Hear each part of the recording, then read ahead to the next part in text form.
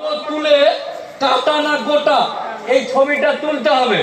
যেমন আধার কার্ডে ফটো আছে ওইরকম কাটা না গোটার একটা ফটো লাগাতে হবে।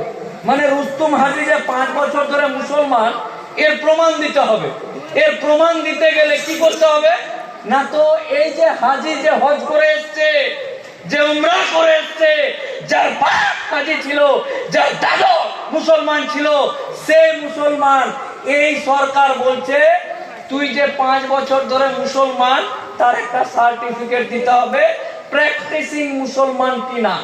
তাহলে মুসলমান কিনা রহিম হাজি বা রুস্তুম হাজি দান করতে যাওয়ার সময় তাহলে একদিকে আধার কার্ডের যেমন ছবি, এটা রুস্তুম হাজির ছবি, একদিকে রুস্তুম হাজির কাটা না গোটার ছবিটা লাগিয়ে খতনা যে দিয়েছে, সুন্নতদের দিয়েছে সেই যুগে, ওকে হয় মরে গেছে কবর থেকে উঠিয়ে আনো, না হলে অ্যাম্বুলেন্স দিয়ে নিয়ে যেতে হবে যে হ্যাঁ এই যে এই যে আমি বলছি রুস্তুম হাজি আমি মুসলমান, এই যে দেখেন আমার সব ছবি টবি ঠিক আছে, আর এই যে এই লোকটা আমার খতনা দিয়েছিল। মানে এইরকম একটা সার্টিফিকেট, যে সার্টিফিকেটটাতে আপনাকে বলবে যে আপনি 5 বছর ধরে মুসলমান আছেন।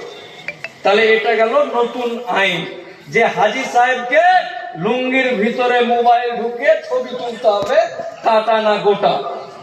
নাম্বার 1।